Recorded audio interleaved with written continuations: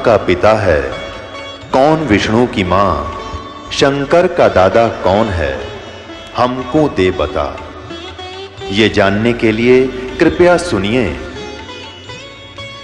जगत गुरु तत्वदर्शी संत रामपाल जी महाराज के अमृत वचन सर्व पवित्र धर्मों के पवित्र शास्त्रों के आधार पर। सेऊ दड़ पे शीश चढ़ा और बैठा पंगत माही, नहीं निशानी गर्दन के वो सेवक नाही। माता पिता ने कुर्ता टाटा के देखे गमीज का गला कि वो ये लड़का है। अंदर जाके देखा वहां वो रक्त पड़ा था, बोरी खाली पड़ी थी, वहां सब नहीं था और लड़के के निशान भी नहीं और अपना हाथों काट रखा। कहते नहीं गरायरा गर्दन पे यो ओ सेवक नाही। बोलो सतगुरुदेव।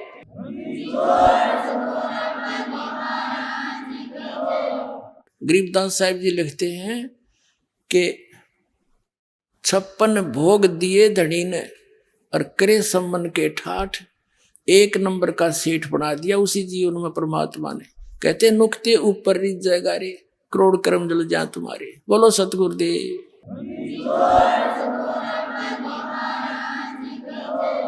अब सम्मन के मन में ऐसी चोट लग गई कि हे भगवान, जब मेरे धन होता मन पुत्र नहीं काटना पड़ता।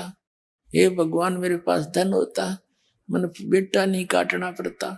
उसके बाद एक सदमा सा हो गया तो परमात्मा ने उस कारण से उसको धन दे दिया और साथ में ये भी कहते रहते थे, बेटा यो धन अच्छी चीज नहीं, नेकी और सेव।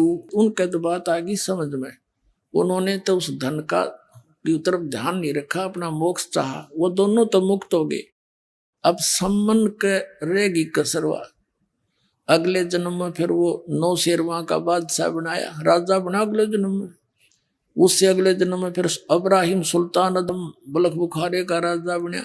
फिर जाके परमात्मा ने फिर वह हंस पकड़ा। अरे निकम्मे, मैं कितना ज्ञान दिया करता तो फिर वहीं का वहीं रह गया। तो पुण्यात्मा इन सारी कथाओं को, ये कोई डूम बाट के गीत नहीं, ये परमात्मा के चरित्र हैं। इनको सुनने से भी पुण्य होता है, इनके अनुसार आचरण करने से लाभ होगा। अब हम आते हैं उस प्रसंग पे।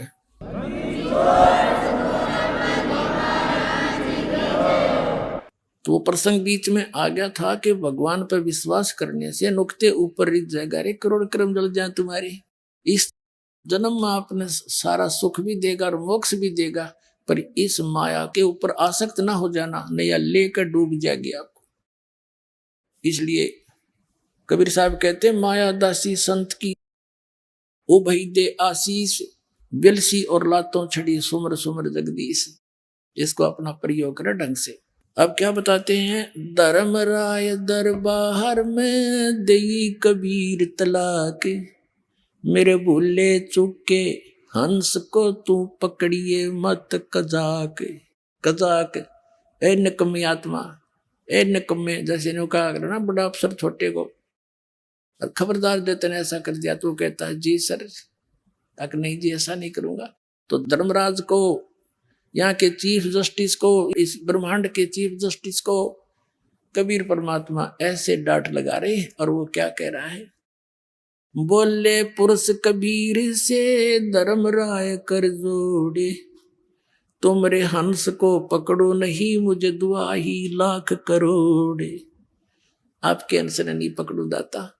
फिर क्या बताता है कि जिन्होंने आपकी शरण में आने से पहले जो पाप इकट्ठे कर रखे हैं, ये परमात्मा उनके आधार से तो मैंने उनको दंडित करना पड़ेगा, मेरा विधान है। तब परमात्मा ने कहा था, कर्म भरम ब्रह्मांड के मैं पल में करहूने से, जिन हमारी दो ही दई सो करो हमारे पेसे। मेरे हंस का तू लेखा जोखा मत कर देना। उनके जो पहले किए हुए पाप हैं 1 मिनट में मैं सब नाश कर दूंगा, खत्म कर दूंगा, कैंसिल कर दूंगा। कहते हैं जब ही सतनाम हृदय धरो भयो पाप को नाश, जैसे चिंगारी अग्नि की भाई पड़े पुराने घास। लाखों टन घास पड़ा हो सूखा, एक माचिस की सीख जला कर लगा दो, सारे को फूक कर राख बना देगी चलेगी आंधी तूफान, साफ हो जाएगा, समाप्त हो जाएंगे। तो परमात्मा कहते हैं मेरे हंस की जो पहले के कर्म हैं तेरे अकाउंट से मैं खत्म कर दूंगा। क्या बताते हैं? शिव मंडल ब्रह्मापुरी चाहे विष्णु लोक में हो, हमरे गुण भूले नहीं तो आन छुटाऊं तो। अपना आत्माओं आप धीरे धीरे समझ जाओगे। अभी तो बच्चे हो, कोई पहली कक्षा का है, कोई दूसरी कक्षा का, किसी ने आज प्रवेश ही पाया है। और जो पुराने हो गए उनके तो हृदय में दास जो वचन बोलता सारी 100% सत्य सिद्ध होते हैं, स्वीकार्य होते हैं, आपको भी हो जाएंगे। यो ज्ञान आज तक आपने सुना को नहीं है, पूरे विश्व में ज्ञान नहीं। अब क्या है, ये है वो प्राइम टाइम मोक्ष का और भक्ति यथार्थ कराने का। परमात्मा के बच्चों से परमात्मा ने अब भक्ति करानी है। पूरे विश्व के प्राणी जो मनुष्य शरीर धारण करते रहेंगे उनको ये सतनाम मिलता रहेगा। और इसी से मोक्ष होना था, ये अभी तक छुपा रखा था। ये सतनाम आज तक इस दास के अतिरिक्त या उन महापुरुषों के अतिरिक्त जिन्होंने सीधे भगवान मिले थे उनको दिया था सतनाम, जाप भी दिया था, सार नाम भी बताया था, लेकिन उनको आगे देने को मना कर दिया था, किसी को जिक्र भी नहीं करना। धर्मदास मेरी लाख दुहाई, ये सार शब्द की दबार ना जाई, सार शब्द बार जो पढ़ी या बिचली पीढ़ी हंसनी तरही। ये बिचली पीढ़ी आ गई, प्रथम पीढ़ी थी जो परमात्मा आए थे 600 वर्ष पहले, और ये बिचली पीढ़ी अब हजारों वर्ष चलेगा ये सतमार्ग, और पूरे विश्व में सतयुग जैसा माहौल बनेगा। इस माया की दौड़ से वापस हटेंगे, प्यार से रहा करेंगे, सबको पता चल जाएगा हम कहाँ बैठे हैं और क्या इकट्ठा कर रहे हैं। जब भगवान को खोजते किस लिए हैं कि वो हमें सुख दे, हमें निर्धन को धनी करे, तो फिर ये भगवान मिल गया क्यों ना करेगा, वो गुण उसके अंदर विद्यमान है। तो फिर हमें विश्वास होगा, रोज सुख होंगे तो विश्वास भी होगा। सुख जब होंगे जब हम दृढ़ रहेंगे, भगवान को छोड़कर अन्य किसी की उपासना नहीं करेंगे, नियमित रहेंगे, सारे सुख आपको डेली दिया करेगा, न्यारे न्यारे पल पल पर आपको दिखाएगा ये मैंने सुख दिया है, ये मेरा किया हुआ काम है, तुम्हारा यहाँ पृथ्वी पर नहीं हो सकता था। तो फिर क्या होगा? तो ये वो समय है, और इस समय में आपको वो तीनों टाइप का कंप्लीट कोर्स मिल गया। प्रथम मंत्र, फिर वो सतनाम 2 अक्षर का, फिर सार शब्द, वो सार नाम बाद में दिया जाएगा आपको जब आप योग्य हो जाओगे। अब तो दास इसलिए थोड़ा सा समय अधिक ले रहा है इस सार नाम के देने में कि कुछ ऐसा ना हो जाए कि एक आधा दुष्ट व्यक्ति इस प्रारंभ में 1-2 यहाँ से छोड़ गया, तीनों नाम ले गया, और फिर वो कहीं आप ना देने लग जाए, कोई अधिकारी तो है ही नहीं। इसलिए थोड़ा सा डिले कर रखा था कि इनको पूरा विश्वास हो जाए। धीरे धीरे 2-3-4 वर्ष के बाद देता हूँ। आने वाले समय में जब पूरे विश्व में एक रस हो जाएंगे, अब जैसे 4 महीने के बाद सतनाम दिया जाता है, और फिर 1 वर्ष के बाद आपको सार नाम दे दिया करेंगे, और पहले भी समय रख दिया जाएगा।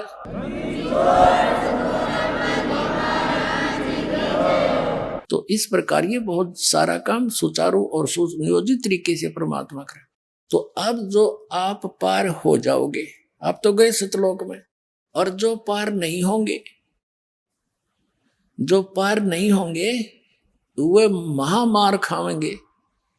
वो कैसे मार खाएंगे? जैसे आप प्रथम मंत्र जाप करते हो जिसमें फर्स्ट एंड लास्ट मंत्र छोड़कर बीच के 5 मंत्र हैं, ये यहाँ के इन प्रधानों की मजदूरी है, इनके सतर का ये भक्ति धन है। तो इस जैसे गणेश जी का मंत्र आपको दिया जाता है, विष्णु जी का लक्ष्मी जी वाला मंत्र दिया जाता है, और इस सावित्री ब्रह्मा जी वाला, और शिव और पार्वती वाला, दुर्गा वाला, ये मंत्र आपको दिए जाते हैं।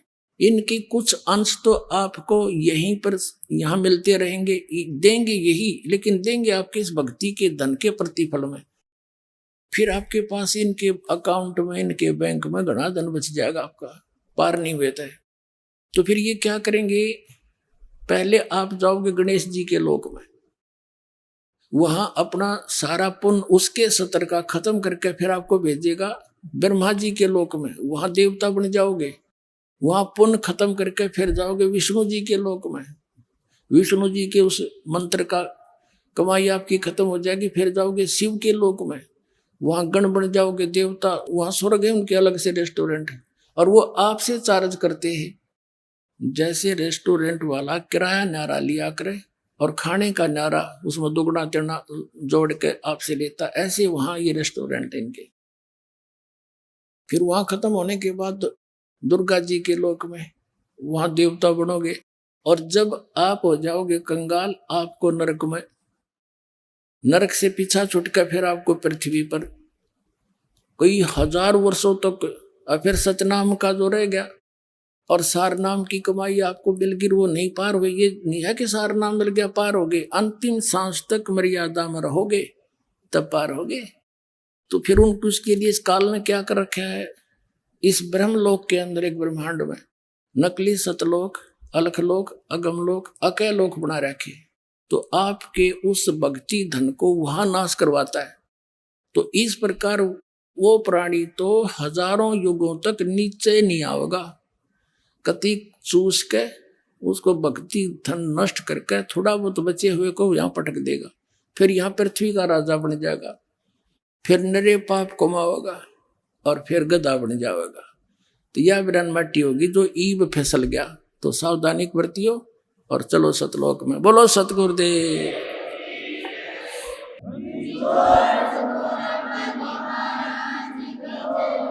अब कबीर साहब कहते हैं कि शिव मंडल ब्रह्मापुरी चाहे विष्णु लोक में हो, हमरे गुण भूले नहीं तो आन छुटाऊं। तो जैसे गलती से कोई रह गया और वहां जाकर उसका याद आ गया कि हम तो गलत कराए, गुरुजी बताया करते थे, यहाँ तो हमारी पूंजी धन नष्ट होगी।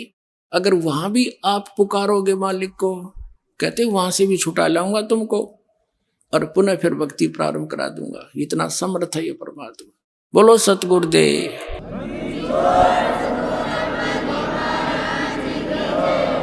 अब आज के जो सत्संग का निष्कर्ष ये है पुण्यात्माओं, समर्थ का शरणाग हो, रंग होरी हो, कदे न हो एकाज राम रंग होरी हो।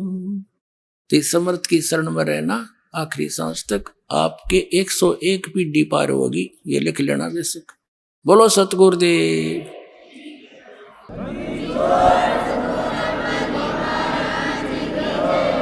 परम पिता परमात्मा पूर्ण ब्रह्म सारी सृष्टि के रचनहार सत्य पुरुष कबीर परमेश्वर जी की असीम रजा से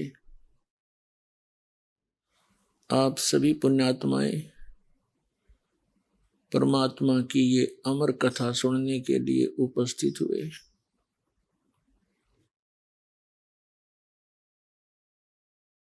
पुण्यात्माओं,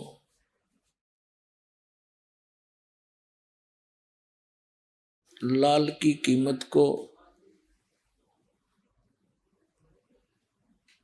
पारखी ही जान सकता है, जोरी ही जानता है। लाल को स्वयं पता नहीं होता उस कितनी कीमत का है।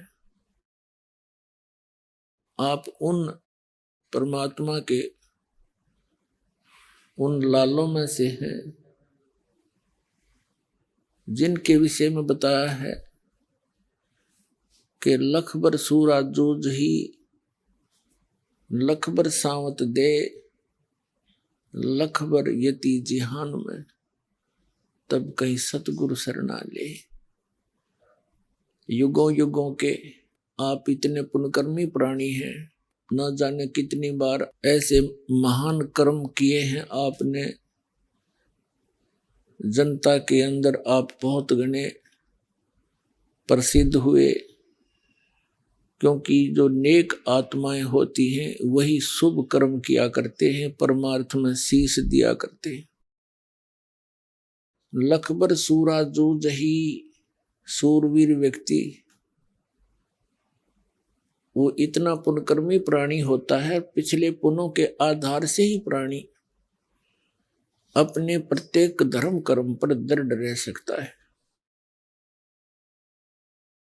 जो सूरवीर व्यक्ति होता है वो अधर्म करता नहीं, अधर्म सहन भी नहीं करता और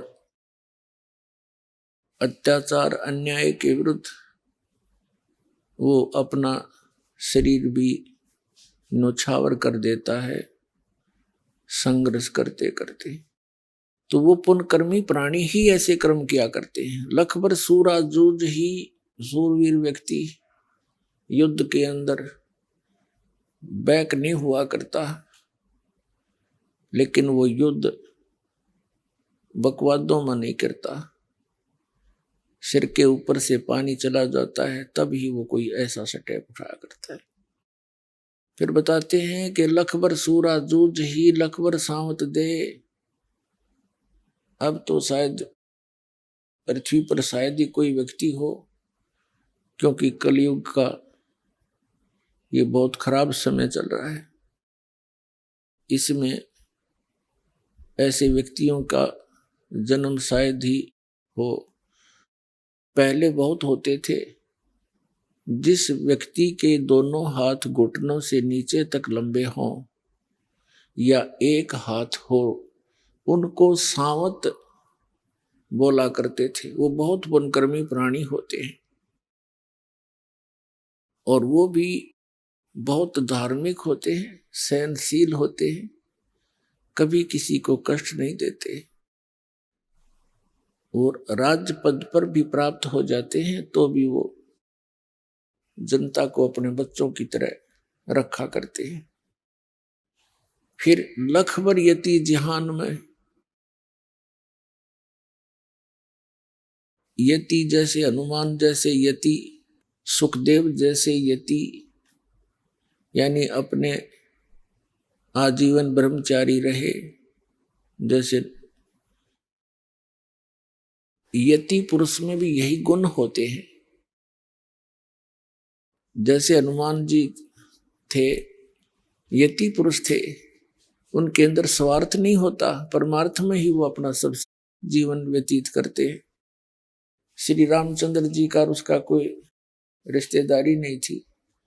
उन्होंने देखा भी एक आदमी जंगल में है, इसकी पत्नी ठाली, नालायक ने किसने ठाई, पहले तो उसकी खोज करी, फिर उसकी देही तोड़ी और बगैर किसी स्वार्थ के उनके साथ रहे। तो यहां बताते हैं कि लख भर सूरा जूझ ही लख भर सावत दे, लख भर यति जहान में। ऐसा परमार्थी व्यक्ति लाखों बार रहा हो तब सतगुरु शरणा ले।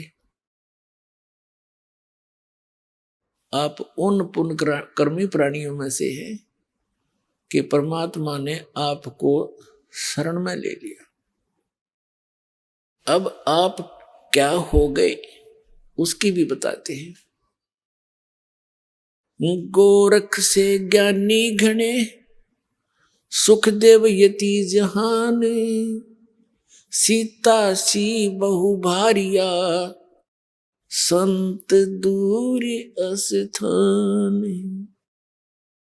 अब परमात्मा की शरण में आने से आपकी कितनी वैल्यू होगी। कहते हैं गोरखनाथ जी सिद्ध पुरुष थे और उसने इस काल की साधना करके इतनी सिद्धि प्राप्त कर ली थी। एक बार उसने एक पहाड़ी को अपने वचन से सोना बना दिया था, पत्थर को, और भी कई ऐसी जंतर मंत्र करके बहुत बड़े प्रसिद्ध हो गए थे। तो परमात्मा मिलते हैं अच्छी आत्माओं को, जैसा कि आपको बहुत बार बताया है वेदों में। ऋग्वेद मंडल नंबर 9 सूक्त 86 के मंत्र 26 और 27 में, ऋग्वेद मंडल नंबर 9 सूक्त 82 मंत्र 1, 2, 3 में, और भी अनेकों स्थानों पर ये परमात्मा की लीला में लिखा है कि वो ऐसे लीला करता है। सतलोक में रहता है, ऊपर तेजों में, सतलोक पर, वो तेजों में जो सतलोक है वो भी सौ प्रकाशित है, जैसे हीरे और मणि अपने आप प्रकाशित होते हैं। वो एक भूमि है, एक पृथ्वी है सतलोक, और वहां परमात्मा रहता है एक बहुत बड़े गुम्बज में, बहुत बड़े, और सिंहासन पर विराजमान है, मनुष्य सदृश है। सिर पर मुकुट है, ऊपर सफेद छत्र है दाता का। वो कबीर परमात्मा जिसको सतपुरुष भी कहते हैं, सतपुरुष, अमर पुरुष और परम अक्षर पुरुष, परम अक्षर ब्रह्म, ये तो इनकी पदवी के नाम है और उनका वास्तविक नाम, शरीर का नाम कबीर है, कबीर देव, कबीर साहब। जैसे अपने देश के प्रधानमंत्री जी का शरीर का नाम अन्य होता है, प्रधानमंत्री, प्राइम मिनिस्टर, ये उनकी पोस्ट के नाम। तो वहां ऐसे रहता है और वहां से चलकर आता है, गति करके आते हैं, अच्छी आत्माओं को मिलते हैं और उनको फिर अपनी यथार्थ जानकारी देते हैं, जहां से हम आए थे वह वापस जाने की, इस गंदे लोक से जन्म मृत्यु के रोग को कटवाने की वो जानकारी स्वयं देते हैं। तो वो परमात्मा ऐसे ही अच्छी आत्माओं को मिलते हैं। गोरखनाथ जी को मिले। गोरखनाथ जी पहले तो गोष्ठी कह रहा था, मैं ज्ञान चर्चा करेंगे। जब परमात्मा ने उसको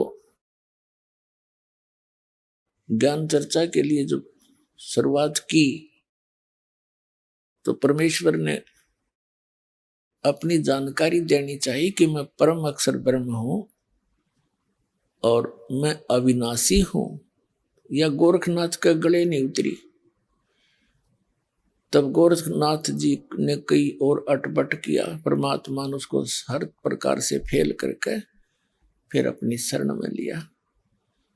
तब गोरखनाथ जी ने परमात्मा की शरण ली थी, कबीर परमेश्वर की, और परमात्मा से ज्ञान प्राप्त करके इस ज्ञान के आधार से, और परमात्मा ने उसको सतनाम दिया था, सार नाम नहीं दिया, क्योंकि वो तो अंतर्यामी है।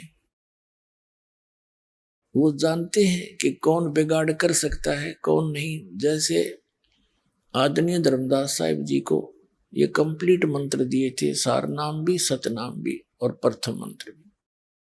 आदरणीय नानक साहिब जी को, आदरणीय मुल्कदास साहिब जी को, आदरणीय दादू साहिब जी को, आदरणीय गरीबदास साहिब जी गांव छुरानी जिला झज्जर वाले को, आदरणीय गीसा दास जी साहिब गांव खेखड़ा जिला मेरठ उत्तर प्रदेश वाले को, इनको तो कंप्लीट कोर्स दिया था, लेकिन इनको सख्त हिदायत दे दी थी कि तुमने आगे किसी को सतनाम भी नहीं देना है और ना ही ये सार नाम की झलक किसी को बतानी नहीं, क्योंकि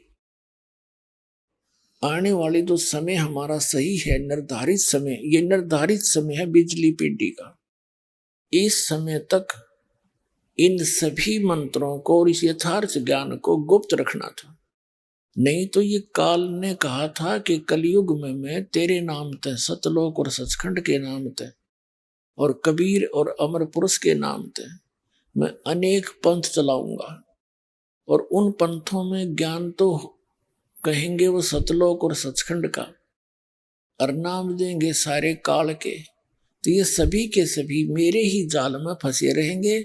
ऐसी व्यवस्था कर दूंगा जब तुम आओगे कलयुग में, क्योंकि काल ने कबीर परमात्मा से एक प्रार्थना करके वचन प्राप्त किया था कि 3 युगों में, सतयुग, त्रेता, द्वापर में जीव कम ले जाना परमात्मा। और परमात्मा को भी मालूम था कि जब तक ये जीव घना दुखी नहीं होलेगा तब तक ये भगवान नहीं ढंग से बच सकता। और सतयुग, त्रेता, द्वापर तक उनकर भी प्राणी आते हैं, उनको विशेष दुख नहीं होता, ना शारीरिक कष्ट होते हैं, ना किसी चीज का विशेष अभाव होता है। तो फिर वो जो भी साधना कर रहे होते हैं उनको मिलता है पिछले संस्कार प्रारब्ध से सब सुविधाएं, सब सुख, पुत्र पुत्री, सब सुविधा हो जाती है। तो वो ये सोचते रहते हैं कि हम जो पूजाएं कर रहे हैं इन्हीं से हमें लाभ हो रहा है। तो परमात्मा ने जानबूझकर उसको दे दिया था, बालक है, ये मांग क्या सकता है। 3 युग में जीव थोड़े ले जाना, मालिक को भी मालूम था कि ये ना करें भक्ति मेरे आड़ी 3 युग में, और कलयुग में ये महादुखी हो जाएंगे। और जो साधना ये कर रहे होंगे इन नकली संतों द्वारा बताई हुई, उससे इनको लाभ होना है नहीं, और पिछले पुण्य इनके हैं ही नहीं, होंगे ही नहीं। कलयुग में तो इतने हम कति सतयुग त्रेता द्वापर से अपने पुण्यों को नाश करते करते यहां तक पहुंचते। तब परमात्मा को पता था कि उस कलयुग के बिचली पीढ़ी के समय में ये सभी उस काल के जो फैलाए हुए जाल में सब संतों पंथों के पास घूम फिर कर उनके ज्ञान को सुन सुना कर ये सारे थक चुके होंगे और स्थिति ज्यों की त्यों होगी। जैसे ये जय गुरुदेव पंथ का प्रवर्तक श्री तुलसीदास जी थे, ये मेरे ख्याल में 70 साल तक सत्संग कर गए, 70 से भी ज्यादा कर गए होंगे। और जब से सत्संग करने लगा, जब से न्यू करने लगे थे, हम तो छोटे छोटे ही थे जब सुना लिखा पढ़ा करते, जय गुरुदेव सतयुग आओगा, जय गुरुदेव सतयुग लाओगा। वो सतयुग तो है ना, घोर कलयुग ला गए वह, और आप भी चले गए ब्रान माटी करवा के। अपने आत्मा ना उनकी साधना ठीक, ना उनका ज्ञान कोई भगवान वाला, ना उन्होंने कोई सदग्रंथ धार मान्या। अपनी लोक वेद सुनी सुनाई उस शिवदयाल की दंत कथा से लाखों करोड़ों जीव काल के मुंह में डाल दिए। अब जो दास बताना चाहता उस प्रसंग पर आते हैं कि अब ये जितने भी काल के पंथ थे, काल ने कहा था 12 पंथ करूं मैं साजा, नाम तुम्हारा ले करूं आवाजा।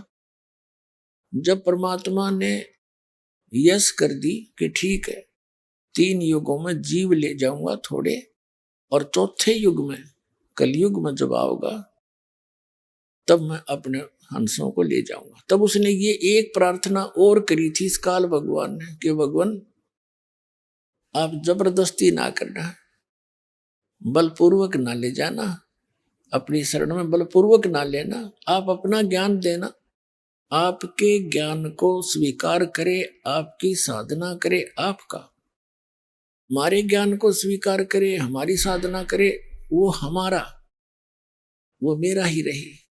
परमात्मा को भी पता था कि जब तक ये मेरा ज्ञान और मेरी भक्ति नहीं करेंगे तो मेरे होंगे कहां से।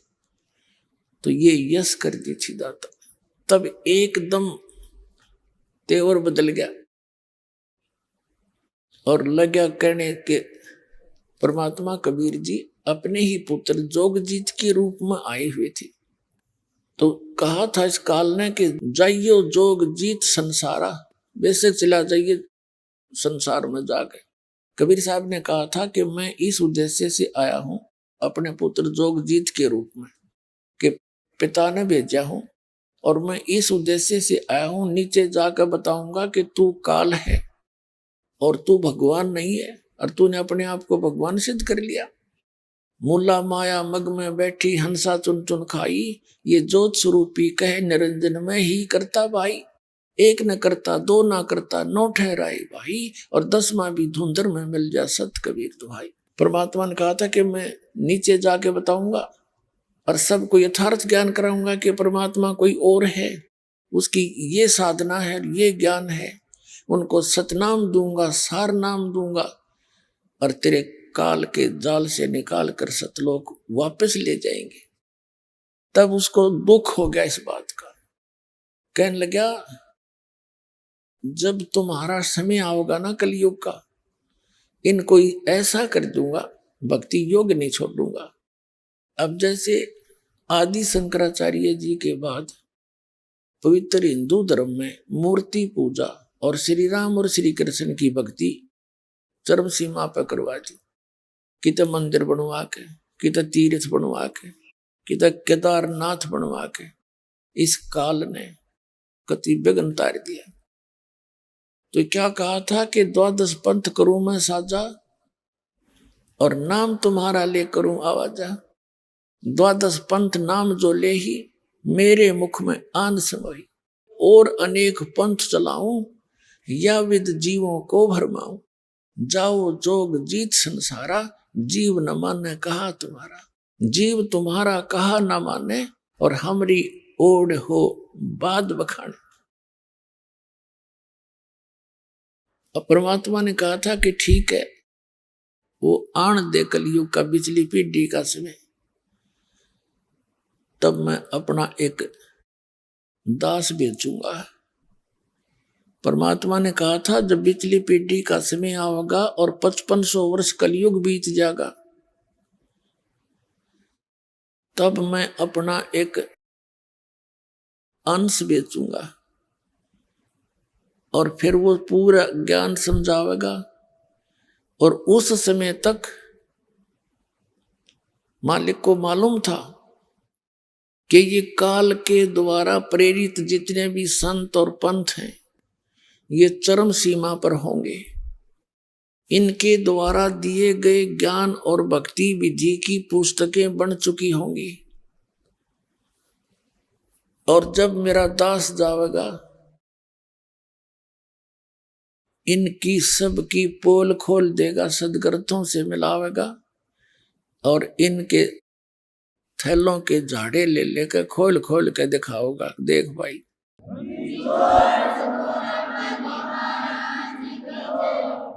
असली और नकली की पहचान करा के और मेरे बच्चों को मेरी शरण में ले आवेगा।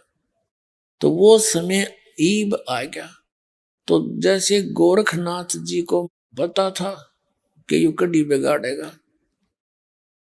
उसको केवल सतनाम दिया था, वो 2 अक्षर का, सार नाम नहीं दिया।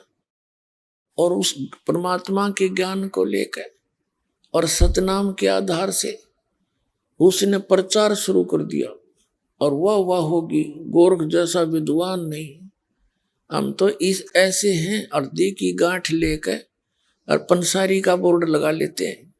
तो जिस कारण से आदरणीय गरीबदास साहब जी कह रहे हैं परमात्मा कबीर जी से प्राप्त उस संपूर्ण स्पिरिचुअल नॉलेज के आधार से कि गोरख से ज्ञानी गणे, ज्ञान से क्या बात बनेगी जब समाधान नहीं है।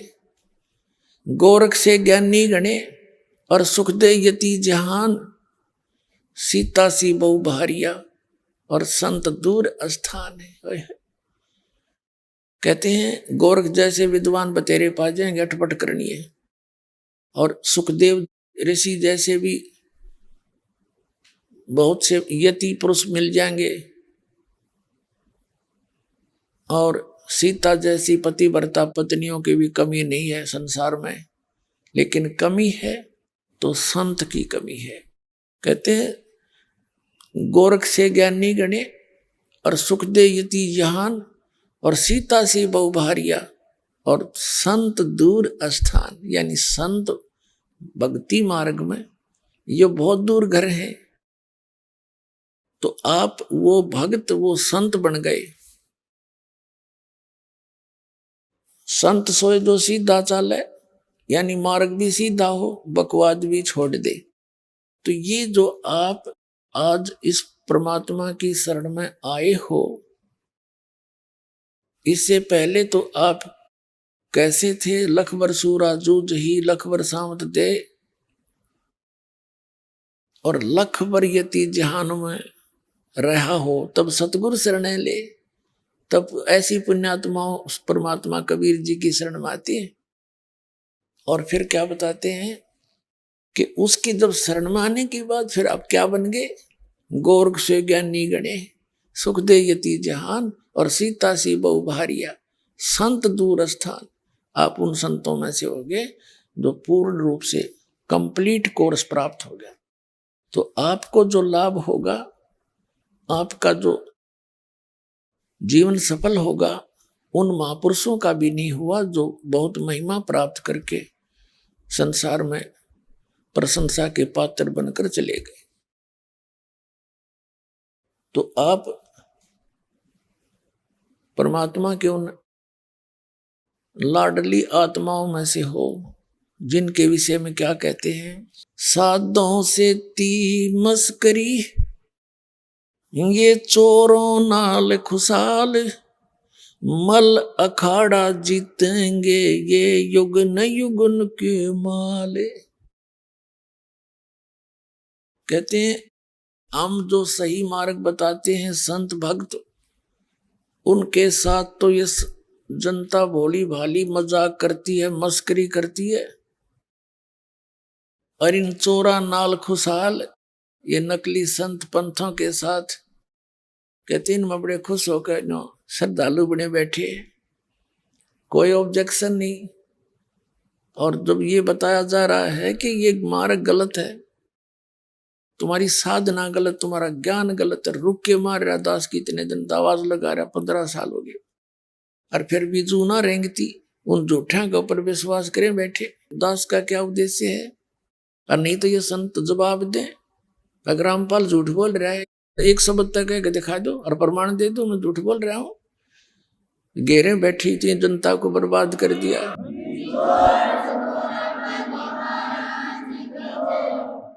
और क्या कहते हैं कि साधों से ती मस्करी, और इन चोरा नाल खुशाल, मल अखाड़ा जीतेंगे ये युगन युगन के माल। आप कोई आज के नहीं लग रहे, असंख्य युगों से आप भक्ति की प्रेरणा में कहीं ना कहीं भटक रहे हो। परमात्मा आते हैं, चारों युगों में आते हैं। चारों युग में संत पुकारे, कूके कहा हम हेल रे, हीरे माणिक मोती बरसेंगे जग चुगता ढेल रे। परमात्मा कबीर जी बताते हैं कि हम चारों युगों में आए। सतयुग में सत सुकृत कह टेरा, त्रेता नाम मुनिंदर मेरा, द्वापर में करुणा में कहाया, कलयुग नाम कबीर धराया। चारों युग में संत पुकारे, यानी जिन पुण्यात्माओं को परमात्मा कबीर जी परमेश्वर सतपुरुष आकर मिले, उन्होंने फिर उस परमात्मा के ज्ञान का जन जन तक कोशिश की पहुंचा दूं। जैसे आदरणीय नानक साहिब जी को स्वयं परमात्मा सतपुरुष आकर के बेई नदी से लेकर गए सचखंड, 3 दिन तक उनको अदृश्य कर दिया, गुप्त कर दिया उनके शरीर को, और पूरे सचखंड से उप सब लोगों से सब सतिथि से परिचित करा कर वापस छोड़ा। आंखों देख कर परमात्मा की महिमा को, ऊपर के नजारे को, और गरीबदास साहिब जी को भी ऐसे लेकर गए थे। तो इन महापुरुषों ने फिर वापस आकर संसार में सब लोक लाज सब मर्यादाएं तोड़ दी, क्योंकि ये दृढ़ भक्त होते हैं, और इनको कंप्लीट कोर्स दिया था। परमात्मा ने कहा था भी जिक्र नहीं करना।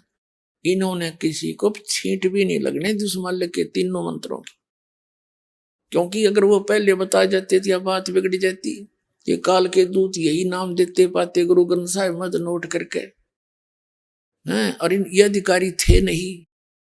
अधिकारी तो दास भेजा मालिक न बना के कलयुग में।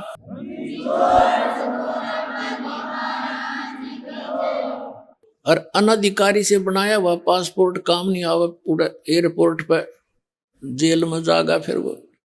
तो ये अनधिकारी थे सारे।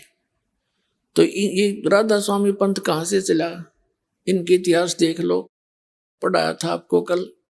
शिवदयाल जी जो थे राधा स्वामी पंथ के प्रवर्तक हैं, और ये पंजाब के रहने वाले थे, आगरा में रहने लगे। गुरु ग्रंथ साहिब को पढ़ा करते, कबीर साहिब की वाणी पढ़ा करता। जैसे भी इसने समझ मत आई, कोई ने अटपट करके यो इतना बखेड़ा पैदा कर गया। अगर ये गुरु ग्रंथ साहिब में ये मंत्र होते तो यो यही मंत्र चालू कर जाता। और वो अधिकारी था नहीं, क्योंकि उसका कोई गुरु नहीं, और गुरु भी हो तो उस परंपरा से हो। तो यही नाम ये आज दे रहे होते। दास कैसे डिफ्रेंशिएट करता, फिर आज आपको कैसे विश्वास दिलाता ये नकली ये असली। तो उस दिन परमात्मा ने कहा था, धर्मदास मेरी लाख दुआई। एक तो सार शब्द की दबार नहीं जाई, दूसरे कहा था सार शब्द बार जो पढ़ी या बिचली पीढ़ी मेरे हंस नहीं तरही। फिर कहा था धर्मदास मेरी लाख दुआई, ये मूल ज्ञान की दबार न जाए। ये मूल ज्ञान जो दास आपको बता रहा ये है मूल ज्ञान। कबीर साहब ने कहा कि 33 अरब ज्ञान हम बाख्या, ये मूल ज्ञान अभी तक गुप्त ही रखा। इसको गुप्त रखा हुआ था, किसी का छीट नहीं लगने दी। ना कबीर पंथियों को पता, औरों को तो पता होगा कहाँ से इस पवित्र ज्ञान का। और कबीर सागर पढ़े इनका समझ बनाया कुछ भी। गीता के पढ़ने वालों को गीता का ज्ञान नहीं, वेदों को पढ़ने वालों को वेदों का ज्ञान नहीं, गुरु ग्रंथ साहिब को पढ़ने वालों को गुरु ग्रंथ साहिब का ज्ञान। उसमें कहा क्या जा रहा है। और पवित्र बाइबल के पढ़ने वाले बाइबल का ज्ञान नहीं, वह निराकार बतावे, गॉड इज फॉर्मलेस। और पवित्र बाइबल में लिखा है भगवान मनुष्य दृश्य है, उसने अपने जैसा मनुष्यों को अपने स्वरूप के अनुसार उत्पन्न किया। तो खाक समझा इन सदग्रंथों को। तो इस दास पर दया करी परमात्मा ने, क्योंकि ये सभी उसी के बच्चे हैं। चिट्टी से लेकर हाथी तक पूरी पृथ्वी पर जितने मानव हैं, ये सभी प्राणी उस कबीर परमात्मा के हैं। और हम तत्व ज्ञान से अपरिचित होकर के न्यारे न्यारे कर दिए इन्होंने। अब हम उसी प्रसंग पर आते हैं कि क्या बताते हैं परमात्मा कि जिन महापुरुषों को परमात्मा मिले उन्होंने इस ज्ञान को कति गुप्त रखा, ये नाम नहीं बताए। जैसे आदरणीय नानक साहिब जी, ये स्वयं वो मंत्र जाप करते थे सतनाम के 2 अक्षर का। आपको बहुत बार दिखाया है जन्म साखी भाई बाला वाली। जो जन्म साखी भाई बाला वाली हैं, ये एक बहुत प्रमाणित रिकॉर्ड है, क्योंकि भाई बाला जी जो थे नानक साहब के साथ रहे थे, और जो भी उनकी वार्ता जो लीला उन्होंने की वो उसने आंखों देखी लिख रखी।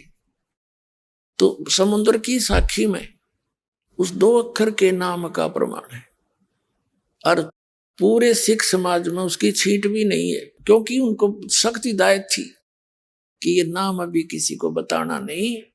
और ये महापुरुष बड़े दयालु होते हैं, इनको सब पता होता है। उन्होंने गुरु ग्रंथ साहिब की जैसे प्रेरणा तो मालिक की होती है, जैसे कुछ तो कबीर परमात्मा की वाणी को पढ़कर चलते रहे। अब सदग्रंथों के स्वाध्याय से, इनके पठन पाठन से पुणात्मा ज्ञान यज्ञ का लाभ होता है। जैसे कबीर पंथी अपनी एक संध्या आरती बना रखी उन्होंने, सुबह शाम को करते हैं। और जैसे गरीबदास पंथ में भी ये भक्ति बोध आपको दिया जाता है, ये सब बना रखा है सबने, उनमें कुछ वाणी हटकर अलग से। और ऐसे ये सिख धर्म में क्या बना रखे है, जपजी साहिब बना रखी है, गुरु ग्रंथ साहिब से निकाल कर कुछ चुनी हुई वाणी, तो उनको डेली पढ़ते। और जैसे पवित्र हिंदू धर्म के अंदर गीता जी का नित्य पाठ करने की सलाह दी जाती है, कुछ वेदों के कुछ मंत्र अलग से निकाल कर उनका नित्य पाठ करते। तो इन सदग्रंथों के, इसको स्वाध्याय बोलते हैं। इस पढ़ने से, इसकी सुनने से एक ज्ञान यज्ञ होती है। और सिख समाज में एक और दया कर रखी थी कि गुरु ग्रंथ साहिब को के अंदर जो वाणी सब संतों की, परमेश्वर कबीर जी की वाणी भी है। और उसको फिर 10वें गुरु जी ने कहा था भी ये गुरु घना काम बिगाड़ देंगे आने वाले कलयुग में, अब और गुरु ना हो तो अच्छा है, और इसने तुम गुरु मान लियो। तो उसको प्रणाम करने लगे, ऐ जे गुरु। तो प्रणाम यज्ञ का फल भी इनको मिला। और फिर भंडारे चलते हैं गुरुद्वारों में। तो ये 3 यज्ञ शुरू होगी वहां पर, एक ज्ञान यज्ञ, दूसरी प्रणाम यज्ञ, और तीसरी जो है धर्म यज्ञ। तो ये यज्ञ वैसे मोक्षदायक नहीं है, और ऐसे, लेकिन ये जैसे रोगी को ज्यादा अक्षीण हो गया हो शरीर, उसको ज्यादा दीर्घ रोगी को ग्लूकोज लगाई जाती है। तो ग्लूकोज लगाने से उसका रोग नहीं कटता, लेकिन शरीर नाश नहीं होता शीघ्र से, उसमें और कमी नहीं आती, वीकनेस नहीं आती। और ऐसे ही पवित्र हिंदू धर्म के अंदर घर घर जोत लगाई जाती थी, ये तो हमने देखी। देसी घी की जोत डेली शाम न लगाई जाती थी, हवन यज्ञ हो गया।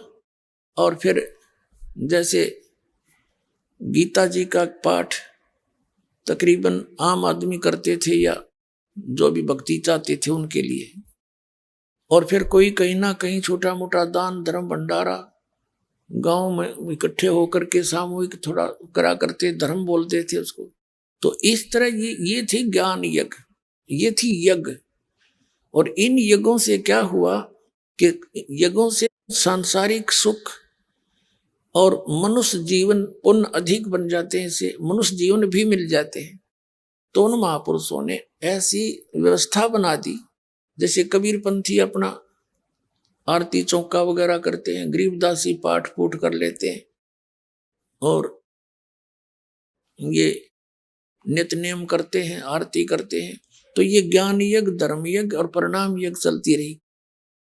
तो ऐसे तो इन महापुरुषों ने क्या किया कि जब तक ये समय आवे तब तक इनको वो रास्ता बता दिया। अपने आत्मा जो भी दो प्रकार से मानव शरीर मिलता है, एक तो 84 लाख योनियों का दंड भोगने के उपरांत एक मानव शरीर मिलता ही मिलता है, ऐसा विधान है परमात्मा। और दूसरा ऐसे मिलता जैसे पिछले जन्म में कोई पुण्य किए हो, उनके आधार से तुरंत भी मिल जाता है और लगातार 10, 20, 50, 100 जन्म भी मनुष्य के बन जाते। जैसे महाभारत में एक प्रकरण आता है कि धृतराष्ट्र जी अंधे थे और उसने भगवान कृष्ण जी से पूछा कि भगवान, मुझे अब मेरी जो दिव्य दृष्टि की रेंज है, मेरे पिछले 100 जन्मों तक की मुझे बैकग्राउंड दिखा सकती है। आइए अब हम उन श्रद्धालुओं के अनुभव जानते हैं जो जगत गुरु तत्वदर्शी संत रामपाल जी महाराज जी से दीक्षा प्राप्त कर चुके हैं तथा उनके द्वारा बताए गए भक्ति मार्ग पर चल रहे हैं। नमस्कार सर। नमस्कार सर जी। सर क्या नाम है आपका? मेरा नाम त्रिलोक साहू है सर। त्रिलोक साहू जी, आप कहाँ से हैं? मैं ग्राम प्योरो, तहसील गुरूर, जिला बालोद, छत्तीसगढ़ का हूँ। त्रिलोक साहू जी, संत रामपाल जी महाराज से नाम दीक्षा आपने कब ली? मैं संत जगत गुरु तत्वदर्शी संत रामपाल जी महाराज से नाम दीक्षा 12/5/2018 को लिया हूँ सर। त्रिलोक साहू जी, क्या काम करते हैं आप? मैं वैसे 15 साल तक मैं जनपद पंचायत गुरूर का सदस्य रहा हूँ, सभापति रहा हूँ और उपाध्यक्ष भी रहा हूँ सर जी। त्रिलोक साहू जी, आप क्या भक्ति साधनाएं करते थे? मैं नास्तिक था, भक्ति तो करता नहीं था, लेकिन अपने दोस्तों के साथ, मित्रों के साथ में जो मोहल्ले में अपन दुर्गा माता की मूर्ति रखते हैं, गणेश की मूर्ति रखते हैं, ऐसे हम लोग करते थे मोहल्ले में। वैसे पर्टिकुलर मैं अगरबत्ती जला के मंदिर जाना और ये सब नहीं करता था मैं। सर, जैसे कि आपने बताया कि आप लगभग एक नास्तिक प्रवृत्ति के इंसान रहे, तो फिर संत रामपाल जी महाराज की शरण में आने का क्या कारण रहा? मैं बहुत टेंशन में रहता था सर जी। टेंशन में इसलिए रहता था कि मेरा एक पहले वेल्डिंग का दुकान था, वेल्डिंग दुकान डाला था और 2 साल 3 साल चलने के बाद वो दुकान बैठ गया, बहुत नुकसान हुआ। तो ऐसे में जिस भी चीज़ में मैं व्यवसाय में हाथ डालता था वो कुछ दिन चलने के बाद बंद हो जाता था। सबसे पहले वेल्डिंग दुकान बंद हुआ, उसके बाद मैं पिकअप लिया था, पिकअप भी 1 साल चला, फिर वो एक्सीडेंट हो गया, उसके बाद किस्त नहीं पटने से उसको खींच के ले गए। और मैं आर्थिक स्तर में बहुत निम्न स्तर में आ रहा था, आर्थिक परेशानी बहुत होती थी मुझे, बच्चों को पालना, फैमिली को चलाना, ये बहुत परेशानी होती थी। तो इसीलिए मैं नए नए व्यवसाय अपने मन में ढूंढते रहता था। तो उसके बाद मैंने क्या किया, पिकअप लिया, वो भी चला गया, बैठ गया, डूब गया। तो फिर कुछ दिन बाद मैंने लोन से मेटाडोर लिया तो मेटाडोर का काम भी कुछ दिन बढ़िया चला। उसके बाद एक मेटाडोर का काम अच्छा चल रहा था, मेरे मन में आया कि मैं एक और गाड़ी रख लेता हूँ, तो मैंने दूसरा मेटाडोर ले लिया। अब दूसरा मेटाडोर जैसे ही लिया तो पहले मेटाडोर का जो काम चल रहा था वो भी बंद हो गया, दूसरा मेटाडोर लिया, वो भी खड़ी रह गई।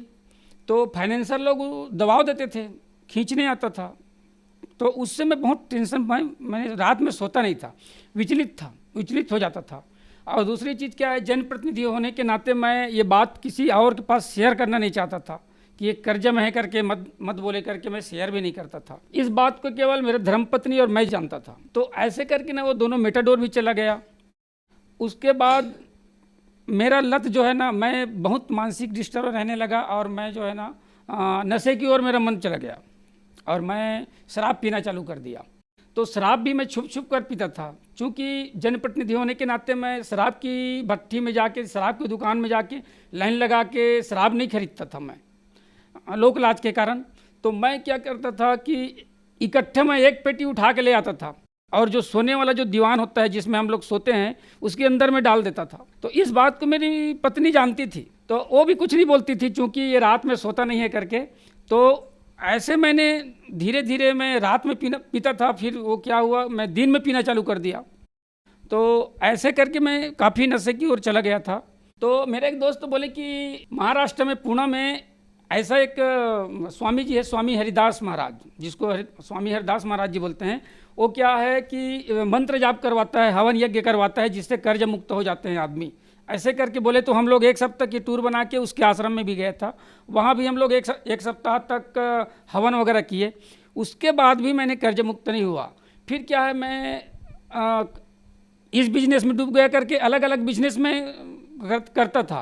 उसके बाद क्या किया, मैंने गौशाला का चयन किया। गौशाला मैंने लोन में गौशाला उठाया, तो इससे भी बहुत नुकसान हुआ, उसको भी बंद करना पड़ा। तो उसका 18 लाख रुपया लोन मेरा बकाया हो गया। तो ऐसे करके मैं 30 लाख रुपये कर्जे में चला गया। और 30 लाख रुपया मैं उसको पूरे एक रजिस्टर में लिख के रखा था, और उसको मैं पढ़ता नहीं था। जैसे ही मैं उस रजिस्टर को पढ़ता था, दिमागी टेंशन होता था, मैं सो नहीं पाता था। तो और बार बार मेरा दिमाग कोई कर्जे के प्रति जाता था। तो मेरा 2 गारंटर बने थे मेरे दोस्त लोग। तो बैंक किस्त नहीं पटने से क्या है कि उनके भी खाते को लॉक कर दिया बैंक। पैसा तो जमा होता था, लेकिन वो लोग निकाल नहीं पाते थे। तो वो लोग क्या है, मेरे घर में आके मुझे दबाव बनाना चालू कर दिए कि आप लोन पटाओ, लोन पटाओ। तो जगत गुरु तत्वदर्शी संत रामपाल जी महाराज जी के बारे में मेरी जो बड़ी माँ है, जो पहले ही संत रामपाल जी महाराज जी के शिष्या हैं, उनके माध्यम से हमको पता चला कि इस संत की बताए हुए भक्ति विधि साधना या मंत्र जाप करने से आदमी जो है समस्याओं से मुक्ति मिलती है। ऐसा करके उनके द्वारा पता चला सर। मैंने कुछ दिन तो मोबाइल में संत रामपाल जी महाराज जी का सत्संग सुनना चालू कर दिया। मैं रोज़ सुबह शाम सत्संग सुनता था। तो उससे क्या हुआ कि एक जगह संत रामपाल जी महाराज ने सत्संग में बता रहा था, मोबाइल में मैं सुन रहा था, तो कि अगर आप मेरे बताए हुए भक्ति विधि से आप मर्यादा में रह करके भक्ति करोगे मेरे बताए अनुसार, तो मैं आपके घर को सुखों से भर दूंगा। ऐसा एक जगह सत्संग में उन्होंने बोला है। तो वो मेरे दिमाग में बैठ गया। फिर मैं जगत गुरु तत्वदर्शी संत रामपाल जी महाराज जी से दीक्षा ले करके, और मेरी धर्म पत्नी भी दीक्षा ले ली, और हम लोग उनकी डट के भक्ति करना चालू कर दिए। संत रामपाल जी महाराज से आपने नाम दीक्षा ली, जैसे कि आपने बताया कि आप बहुत ज़्यादा परेशान थे, आप डिप्रेशन में आ गए थे, आप पे इतना कर्जा हो गया था, आप बहुत ज़्यादा नशा करने लगे। तो क्या संत रामपाल जी महाराज से नाम दीक्षा लेने के बाद आपको लाभ मिले? जगत गुरु तत्वदर्शी संत रामपाल जी महाराज जी से नाम दीक्षा लेने के बाद भयंकर लाभ मिला। मैं उसका वर्णन नहीं कर सकता हूँ। आज मैं उसके बारे में सोचता हूँ तो मुझे सपना जैसा लगता है सर जी। मेरा 30 लाख रुपया कर्जा था, और मेरा एक फार्म हाउस था जिसमें मैं गौशाला चला रहा था। उसको बेचूंगा करके मैं ग्राहक ढूंढता था, तो ग्राहक भी नहीं मिलता था, और जो ग्राहक मिलता था वो मुझे बहुत कम रेट में उस फार्म हाउस को मांगता था। कोई 40 लाख में मांगता था, कोई 45 में, कोई 50 लाख में, 51 लाख में ऐसा मांगता था। मैंने जगत गुरु तत्वदर्शी संत रामपाल जी महाराज जी से प्रार्थना लगवाई कि हे मालिक, हे बंदी छोड़ सकती, आप जो है दुनिया के दुख को दूर करने वाले हैं, आप सबके कष्ट दूर करते हैं, मुझ दास पर भी दया करें करके मैंने प्रार्थना लगाया। प्रार्थना लगाने के बाद वहाँ से प्रार्थना आया कि परमात्मा आप पर दया करेंगे, ऐसे वहाँ से प्रार्थना आया। उसके बाद सर जी, जिस फार्म हाउस को मैं कर्जा छूटने के लिए बेचना चाहता था, वो फार्म हाउस को लोग 51 लाख, 45 लाख, 40 लाख में मांगते थे। अचानक एक दिन क्या हुआ कि जिसको मैं जानता भी नहीं था, उस फार्म हाउस को लेने के लिए बाहर से लोग आ गए, और मैं उसको 55 लाख में बेचूंगा करके मन में ठान रखा था, और 55 लाख में एक आदमी से बात भी किया था, लेकिन वो 1 साल तक उसको रजिस्ट्री नहीं कराया। लेकिन जैसे उनकी डेट पूरा हुआ उनके एग्रीमेंट का, दूसरे दिन दूसरे ग्राहक जिसको मैं कभी देखा भी नहीं, जानता भी नहीं, वो मेरे फार्म हाउस को लेने के लिए आ गया। तो मैं उनको मजाक में रेट बता दिया कि मैं इनको 70 लाख में बेचूंगा करके मैं ऐसे ही बोल दिया, चूँकि ये तो खरीदेगा नहीं करके मैं सोच रहा था। लेकिन वो क्या है, उसको देखने के बाद उसको पसंद आ गया। फिर दूसरे दिन फिर आ गए वो लोग, 4-5 लोग, और बोले कि हम आपके फार्म हाउस को खरीदने के लिए आए हैं, कितना में बेचना है वास्तविक बताइए। तो फिर सौदम उन लोग सौदम बैठ गए, और सौदम बैठने के बाद मेरे जिस फार्म हाउस को 55 लाख और 51 लाख 45 लाख में मांगते थे, उस फार्म हाउस को उन्होंने 66 लाख रुपए में लिया सर जी। 66 लाख रुपए में लिया तो मेरे एकदम मन जो है दृढ़ता आ गया मेरे अंदर, और मैं उस बंदी छोड़ को बार बार धन्यवाद मैं ज्ञापित किया, हमारे पूरे परिवार ने ज्ञापित किया, और मैं अंतरात्मा से हम लोग एकदम गदगद हो गए सर जी हम लोग कि इतना बड़े दया उन्होंने हम पर कर दिया। बंदी छोड़ तत्वदर्शी संत रामपाल जी महाराज ने इतना बड़े दया किया कि हम लोग गुरु जी का एक सत्संग जो बताया कि मेरे बताए हुए भक्ति साधना करिए, भक्ति विधि से करिए और मर्यादा में रहिए तो मैं आपके घर को सुखों से भर दूंगा बोला है। तो वो पूरा सुख आज मुझे मिल रहा है सर जी, पूरा सुख मिल रहा है। वो फार्म हाउस मैंने 66 लाख में उन्होंने खरीद लिया और 15 दिन के अंदर रजिस्ट्री करवा लिए। मैंने पूरे कर्जे छूट दिए और कर्जे छूटने के बाद और पैसा बच गया मेरे पास। आज उस पैसे से मैंने एक प्लाट लिया 7.5 डिसमिल का, और हीरापुर बालोद में 7.5 डिसमिल का और प्लाट लिया और उसी घर को आज मैं पक्की घर बनवा दिया। जगत गुरु बंदी छोड़ सदगुरु रामपाल जी महाराज की इतनी कृपा हुई है कि आज मैं उसको पक्की घर बना लिया हूँ। और जैसे ही मैंने ज़मीन, वो प्लाट बिका है, ज़मीन हम लोग खरीदे हैं, उसके बाद मेरे बड़े वाला लड़का जो है, जो वो भी पहले नशे की आदी हो रहा था, आज उसका वो भी दीक्षा ले लिए हैं। हमारे पूरे परिवार हम लोग दीक्षा ले लिए हैं। और उनका जो है वो न्यायालय में सर्विस करता था तो उसमें संविदा में था। जैसी हम लोग वो प्लाट बिका है तो उनका रेगुलर हो गया, उनका वेतन भी बढ़ गया। और जैसे ही मैंने प्लाट लिया, घर बनाना चालू किया, घर जैसे ही बन रहा था तो घर बनते बनते 1 महीना हुआ था तो दूसरा छोटा वाला लड़का का भी नौकरी का ऑर्डर आ गया परमानेंट का, और वो भी दुर्ग न्यायालय में अभी कर्मचारी है। दोनों लड़के मेरे न्यायालय में हैं और हम पूरे परिवार नशे से दूर हैं, उनको अच्छी सैलरी मिल रही है। और हम लोग हमेशा कर्जे में रहते थे, 5,000 की जरूरत पड़े तो मांगना पड़ता था दूसरे को। आज बंदी छोड़ जगत गुरु तत्वदर्शी संत रामपाल जी की इतनी कृपा हुई है, सर्व सुख हमको दे रहा है और आज हम पैसे देने के लायक हैं, मांगने के लायक नहीं है। इतना दया हम लोग को पर किया है। सर, जैसे कि आपने बताया कि आपके ऊपर बहुत ज़्यादा कर्जा हो गया था, आप डिप्रेशन में चले गए थे, आप नशा बहुत ज़्यादा करने लगे थे, तो क्या संत रामपाल जी महाराज से नाम दीक्षा लेने के बाद आपका नशा छूटा? हाँ, संत रामपाल जी महाराज जी से नाम दीक्षा लेने के बाद सर जी मुझे ताज्जुब हुआ। मैं कई बार नशा छोड़ने के लिए उसको मैं संकल्प भी ले लेता था लेकिन छूट नहीं पा रहा था।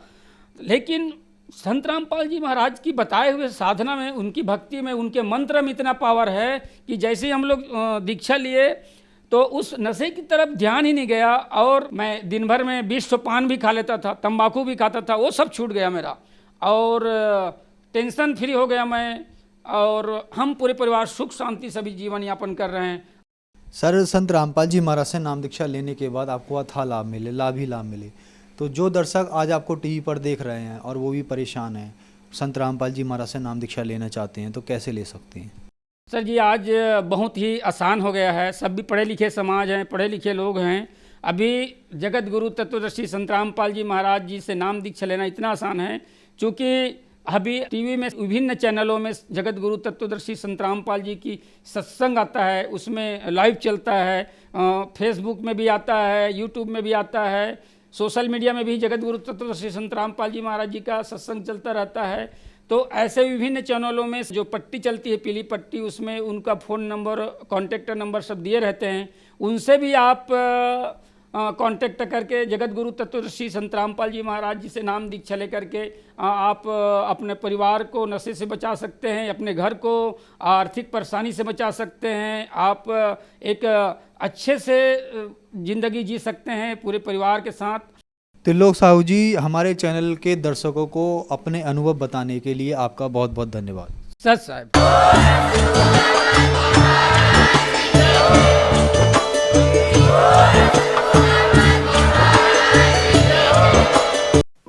आप सुन रहे थे जगत गुरु तत्वदर्शी संत रामपाल जी महाराज के मंगल प्रवचन। अधिक जानकारी के लिए संपर्क करें।